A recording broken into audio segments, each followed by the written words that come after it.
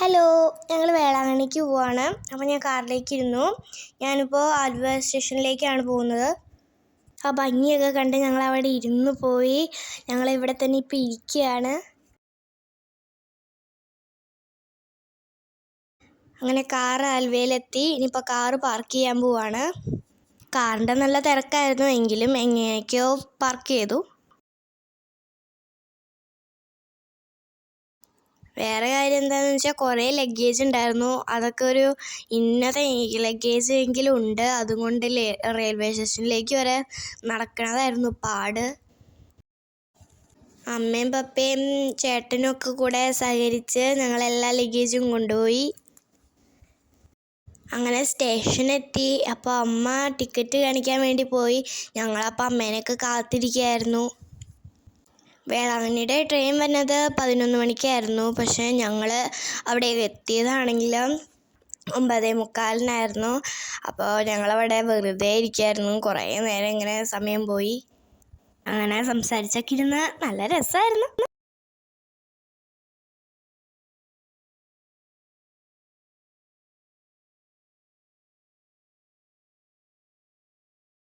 കുറേ ട്രെയിൻ പോണത് നോക്കിക്കൊണ്ട് അവിടെ അങ്ങോട്ട് ഇരുന്നു. അങ്ങനെ ട്രെയിൻ വന്നു. അങ്ങനെ സീറ്റൊക്കെ നോക്കി കണ്ടൊക്കെ പിടിച്ചു. എവിടെ കിടന്നുറങ്ങും എന്നുള്ള ഒരു ഇതായിരുന്നു. പിന്നെ സീറ്റൊക്കെ കണ്ടുപിടിച്ചപ്പോൾ അവിടെ അങ്ങോട്ട് കയറി കിടന്നു. നല്ല ഉറക്കക്ഷീണം ഉള്ളതുകൊണ്ട് അപ്പം തന്നെ ഇടയ്ക്ക് കിടന്നുറങ്ങുകയും ചെയ്തു. പക്ഷെ എന്തൊക്കെ പറഞ്ഞാലും കുറച്ച് നേരം പുറത്തെ കാഴ്ച കണ്ടില്ലെങ്കിൽ എങ്ങനെയാണ് ഒരു സമാധാനമായിട്ട് ഉറങ്ങുക?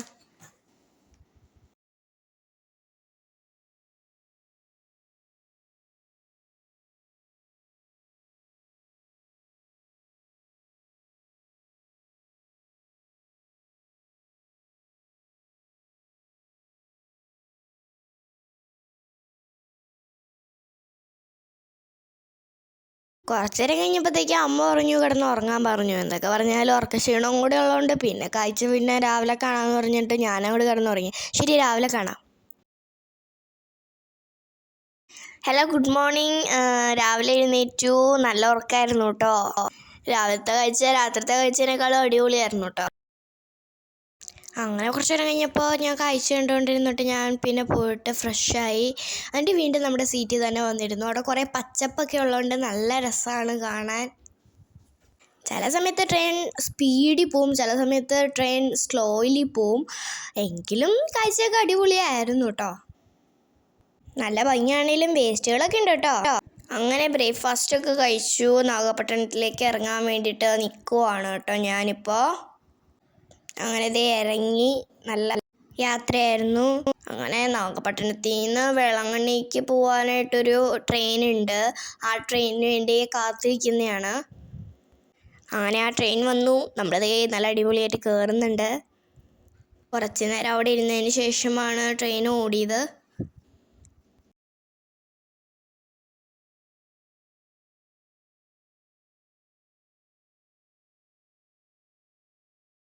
എന്തായാലും നല്ല കാത്തിരിപ്പായിരുന്നു കേട്ടോ അവിടെ വേളാങ്കണ്ണിയിലെത്താൻ. കാത്തിരിപ്പിൻ്റെ ഒടുവിൽ നമ്മളവിടെ വേളാങ്കണ്ണിയിൽ എത്തിയിട്ടോ. ലഗേജൊക്കെ ചുമക്കണ വല്ല പാടായിരുന്നു. ബാക്കിയെല്ലാം അടിപൊളിയായിരുന്നു. അങ്ങനെ കഷ്ടപ്പെട്ടിട്ട് നമുക്ക് റൂം കിട്ടിയത്. അത്യാവശ്യം നല്ല റൂം തന്നെയാണ് നമുക്ക് കിട്ടിയത് കേട്ടോ. കുറേ നേരം കാത്തിരിക്കേണ്ടായിരുന്നു റൂം കിട്ടാനായിട്ട്. പക്ഷേ നമ്മൾ ഫുഡൊക്കെ കഴിച്ചിട്ടാണ് കേട്ടോ വന്നത്. എന്തായാലും അത്യാവശ്യം കുഴപ്പമില്ലാത്ത റൂമായിരുന്നു. ബെഡൊക്കെ അടിപൊളിയായിരുന്നു. ബാത്റൂമും അത്യാവശ്യം നല്ലതൊക്കെ ആയിരുന്നു കേട്ടോ. റൂമിലൊക്കെ അടിപൊളിയായിരുന്നു. ആകെപ്പാട് ഒരു വിഷമമുള്ളൂ, TV വർക്കാവില്ല. ഞങ്ങൾ പിന്നെ ഒന്നും നോക്കിയില്ല. വേഗം താഴത്തെ അടുക്കളയിലേക്ക് വന്നിട്ട് രാത്രിത്തേക്കുള്ള ചോറൊക്കെ ഉണ്ടാക്കാനുള്ള തിരക്കിലായി. ഞങ്ങൾ പുറത്തുനിന്നല്ല വാങ്ങണേ. രാത്രി ഞങ്ങൾ ഇവിടെ നിന്ന് തന്നെയാണ് കഴിക്കുന്നത്. ചോറും ബീഫും മോരും ഒക്കെ ആയിരുന്നു ഞങ്ങൾക്ക് വയ്ക്കാനുള്ള പ്ലാൻ. അതൊക്കെ ചെയ്യാൻ പറ്റി. അങ്ങനെ നേരെ നമ്മൾ അതേ വേളാങ്കണ്ണി ചുറ്റാൻ വേണ്ടിയിട്ടാണ് കേട്ടോ പോണത്. ഇവിടുത്തെ മെയിൻ റോഡ് എന്ന് പറയുന്നത് ഇതാണ് കേട്ടോ. അവിടുത്തെ ക്രിസ്മസ് ട്രീ ഒക്കെ നിങ്ങൾ കാണണം കേട്ടോ. അടിപൊളി ക്രിസ്മസ് ട്രീ ആയിരുന്നു. എന്തോരു പള്ളിയാണെന്നറിയോ. പണ്ട് പപ്പയൊക്കെ വരുമ്പോൾ 2-3 പള്ളി ഉണ്ടായുള്ളൂ. ഇപ്പോൾ 100 കണക്കിന് പള്ളികളാണ്. അങ്ങനെ നല്ല കാഴ്ചകളും കണ്ട് നല്ല അടിപൊളിയായിട്ട് നടക്കണയാണ് നിങ്ങളിപ്പോൾ കാണുന്നത്. ആദ്യം തന്നെ ഞങ്ങൾ ഈ ഒരു വലിയ പള്ളി കയറാനായിട്ടോ നോട്ടം ഇട്ടത്. കുറച്ചുകൂടെ അങ്ങ് കയറി ചെന്നപ്പോൾ ഉണ്ടല്ലോ അവിടെ സ്റ്റെപ്പൊക്കെ ഉണ്ടായിരുന്നു കേട്ടോ. വളഞ്ഞു കയറുന്ന അടിപൊളി സ്റ്റെപ്പ് പോലെ ഇങ്ങനെ നടക്കുന്ന ഒരു സ്ഥലം കേട്ടോ. പ്രത്യേകിച്ച് അവിടെ ഭയങ്കര കാറ്റായിരുന്നു. അവിടെ മുടിയൊക്കെ പറയുന്ന പോലെ അടിപൊളിയായിരുന്നു കേട്ടോ. പിന്നെ ഞങ്ങൾ കണ്ണും പിണ്ണും നോക്കണ്ട ആ ഒരു സ്ഥലത്തേക്ക് കയറുന്നതാണ് നിങ്ങളിപ്പോൾ കാണുന്നത്. അടിപൊളിയായിരുന്നു കേട്ടോ. അതേ സൈഡിലൊക്കെ നിങ്ങൾ കണ്ടോ, ഒരുപാട് ടൗൺ കാണാം. പിന്നെ ഒരു പള്ളി ഉണ്ടാക്കാനായിട്ടുള്ള മണ്ണ് നിങ്ങൾക്ക് സൈഡിൽ നോക്കിയാൽ കാണാൻ പറ്റും കേട്ടോ. കുന്നും കൂടി നിൽക്കുന്ന മണ്ണ്, അത് പള്ളി ഉണ്ടാക്കാൻ വേണ്ടിയിട്ടാണ്. ഇനിയും പുതിയ പള്ളി, എൻ്റെ ദൈവമേ. അങ്ങനെ നടന്ന് നമ്മളെ മേളിലെ ആ ഒരു പള്ളിയുടെ മേളിലത്തെ ഭാഗത്ത് കയറാനായിട്ടുള്ള വഴിയിലല്ല നമ്മൾ നടക്കണേ. അപ്പം മേളിലത്തെ ഭാഗത്തിൽ നമുക്കൊന്ന് കയറാം, ബാ. അങ്ങനെ ഞങ്ങൾ മേളിലെത്തി. ഇനി നമുക്ക് ഉള്ളിലേക്കൊന്ന് കയറാം കേട്ടോ. അടിപൊളിയാണ്. ഉള്ളിലാണെങ്കിൽ ഭയങ്കരമായിട്ട് മോഡേൺ ആയിട്ടുള്ള പുൽക്കൂട് ഉൾപ്പെടെ ഭയങ്കര മോഡേൺ ആയിട്ടുള്ള ഒരു പള്ളിയായിരുന്നു കേട്ടോ ഉള്ളിൽ കണ്ടത്. അപ്പം നമ്മൾ മേലിലത്തെ ഭാഗത്താട്ടോ കയറിയിരിക്കുന്നത്. കണ്ടിനങ്ങനെയൊന്നും തോന്നില്ല. താഴേക്ക് നോക്കിയാൽ ജനലിൽ കൂടെ ഒക്കെ നോക്കിയാലാണ് നമ്മൾ മേലിലൊന്നും മനസ്സിലാവുള്ളൂ.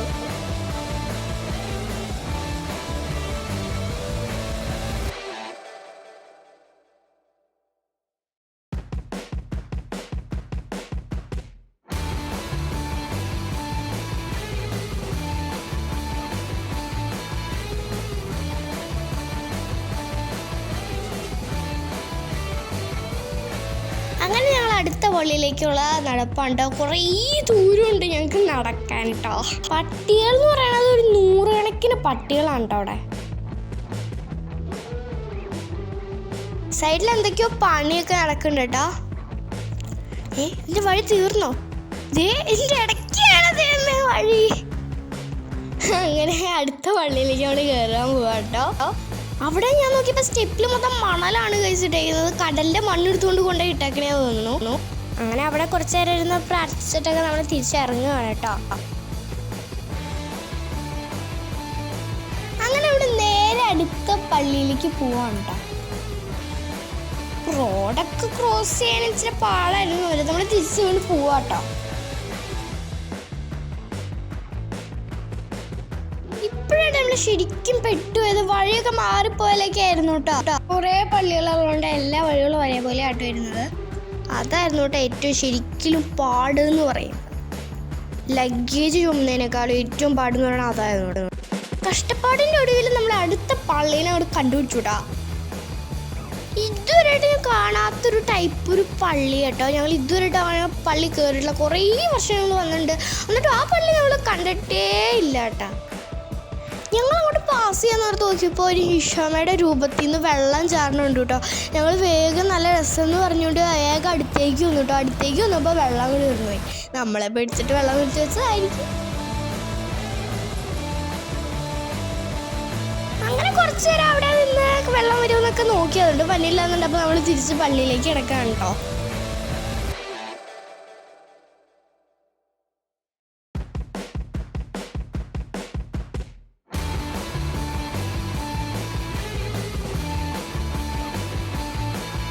അങ്ങനെ നമ്മൾ അടുത്ത പള്ളിയിലേക്ക് കയറാൻ പോവാട്ടോ. പുതിയ ആരാധന പള്ളി എന്നൊക്കെ കൊടുത്തിട്ടുണ്ട്. എന്നാ പിന്നെ കയറാന്ന് കരുതി നമ്മളവിടെ കയറിട്ടോ. കയറിയപ്പോ അതിൻ്റെ ഒന്നും കാണാൻ പറ്റില്ല. എവിടെയാണെന്ന് ഇങ്ങനെ ആലോചിച്ചോണ്ടിരിക്കുകയാണ് കേട്ടോ.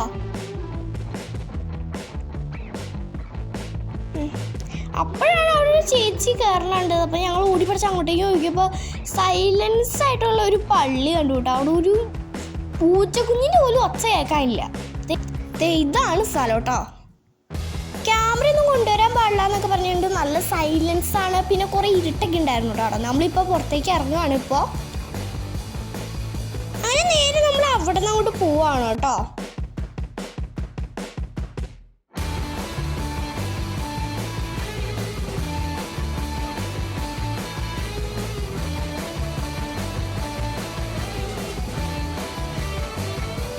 ഇവിടെ ഓരോന്നൊക്കെ കോലൊക്കെ കുത്തി ഇങ്ങനെയൊക്കെ കാണിച്ചു വെച്ചിട്ടുണ്ട്. ഇതിലൊക്കെ ഉണ്ടാക്കാൻ വേണ്ടിയിട്ടായിരിക്കണം. ഞങ്ങൾ അവിടെ നിന്ന് മാറിയപ്പോൾ തൊട്ട് കുറേ റൂം ഉണ്ട് കേട്ടോ. ഞങ്ങൾ റൂം എടുത്തോണ്ടായിരിക്കും പിന്നെ എല്ലായിടത്തും റൂം. പിന്നെ ഒരു 3/4 മണിക്കൂറോളം ഞങ്ങൾ ബീച്ച് അന്വേഷിക്കണത് പെടാപ്പാടാണ് നിങ്ങളിപ്പോൾ കാണുന്നത് കേട്ടോ. അങ്ങനെ പരിശ്രമത്തിൻ്റെ ഒക്കെ ഒടുവിൽ നമ്മൾ നമ്മുടെ ബീച്ച് കണ്ടുപിടിച്ചിട്ടുണ്ട്. നമ്മൾ ചെന്നപ്പോഴത്തേക്ക് അവിടെ ഇച്ചിരി വേസ്റ്റൊക്കെ കണ്ടു. പിന്നെ നമ്മൾ അവിടെ അടിച്ച് പൊളിക്കായിരുന്നു. ഒന്നും നോക്കിയില്ല കേട്ടോ. മേലിനകത്ത് ഇട്ടേക്കുന്ന ഒരു ഓവറായിട്ടുള്ള ഒരു സാധനം ഞാൻ അങ്ങോട്ട് എടുത്ത് ഊരി. എന്നിട്ട് ഞാനങ്ങോട്ട് ഇറങ്ങി കേട്ടോ. അങ്ങനെ ഞങ്ങളവിടെ കുറച്ച് നേരമൊക്കെ കാഴ്ച കണ്ടിട്ട് ഞങ്ങൾ അവിടെ നിന്ന് തിരിച്ചു കേട്ടോ. അങ്ങനെ ഞങ്ങൾ റൂമിലൊക്കെ എത്തി. രാത്രിത്തെ ഫുഡൊക്കെ അമ്മ കുക്കറിൽ നിന്നൊക്കെ എടുക്കുകയാണ് കേട്ടോ. ചോറൊക്കെ ടി വി ഇല്ലാതെ തന്നെ നല്ല ബോറടി ഉണ്ടായിരുന്നു കേട്ടോ. പക്ഷെ നമ്മൾ സംസാരിച്ചെല്ലാം ഓക്കെ ആക്കി കേട്ടോ. അങ്ങനെ കിടന്നു. അങ്ങനെ രാവിലെ ആയപ്പോഴത്തേക്കും ഞങ്ങൾ കുർബാന കാണാൻ വേണ്ടി പോയി. അമ്മ അവിടെ അടുക്കളയിലായിരുന്നു കേട്ടോ. ഞങ്ങൾ 3 പേര് മാത്രമേ കേട്ടോ പോയേ. അങ്ങനെ അവിടെ എത്തിയതിന് ശേഷമാണ് കുറേ ദൂരം നടക്കേണ്ടി വന്നത്. 2 മണിക്കൂറോളം നടന്നു കേട്ടോ. അങ്ങനെ അവിടെ ഒരു സ്ട്രെയിറ്റ് ലൈനാണ് കേട്ടോ. മുട്ടുകുത്തനൊക്കെ സ്ഥലമൊക്കെ 1 കിലോമീറ്റർ ഉണ്ട്. അപ്പോൾ നിങ്ങളൊന്ന് ആലോചിച്ചൊക്കെ എത്ര ദൂരം നടക്കണമെന്ന്. അല്ലാണ്ട് നമ്മൾ തിരിച്ചും വരണവും ഒക്കെ കൂട്ടിയിട്ടാട്ടോ ഞാൻ പറഞ്ഞ 2 മണിക്കൂറിന്. അമ്മ രാവിലെ തന്നെ മുട്ടുകുത്തിയിട്ട് വന്നതാണ് കേട്ടോ. പക്ഷെ നമ്മൾ 2-3 പേരെ പോയിട്ടുള്ളൂ. അമ്മയ്ക്ക് അടുക്കളയിൽ പണിയുണ്ട്.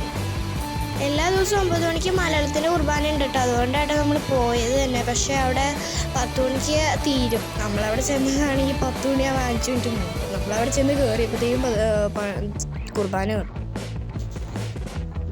പക്ഷെ ഞങ്ങൾക്ക് അതുവരെ ഉണ്ടേ. ഞങ്ങളവിടെ ചെന്നപ്പോഴത്തേക്കും അതൊക്കെ തീർന്നു. പക്ഷേ എന്ത് ചെയ്യാനാ, ഞങ്ങളവിടെ കയറി മാതാവിൻ്റെ അടുത്തൊന്ന് പോയി തൊട്ടിട്ട് തിരിച്ചു പോന്നു. ഈ വേളാങ്കണ്ണിയിലെ ഏറ്റവും വലിയ പള്ളിയാണ് കേട്ടോ അത്. നല്ല വലിപ്പമുണ്ട് കേട്ടോ. ഫുട്ബോൾ കളിക്കാനുള്ള ഒരു ഗ്രൗണ്ടിൻ്റെ കാളും സ്ഥലമുണ്ട്. അത്രയും സ്ഥലമില്ലേ.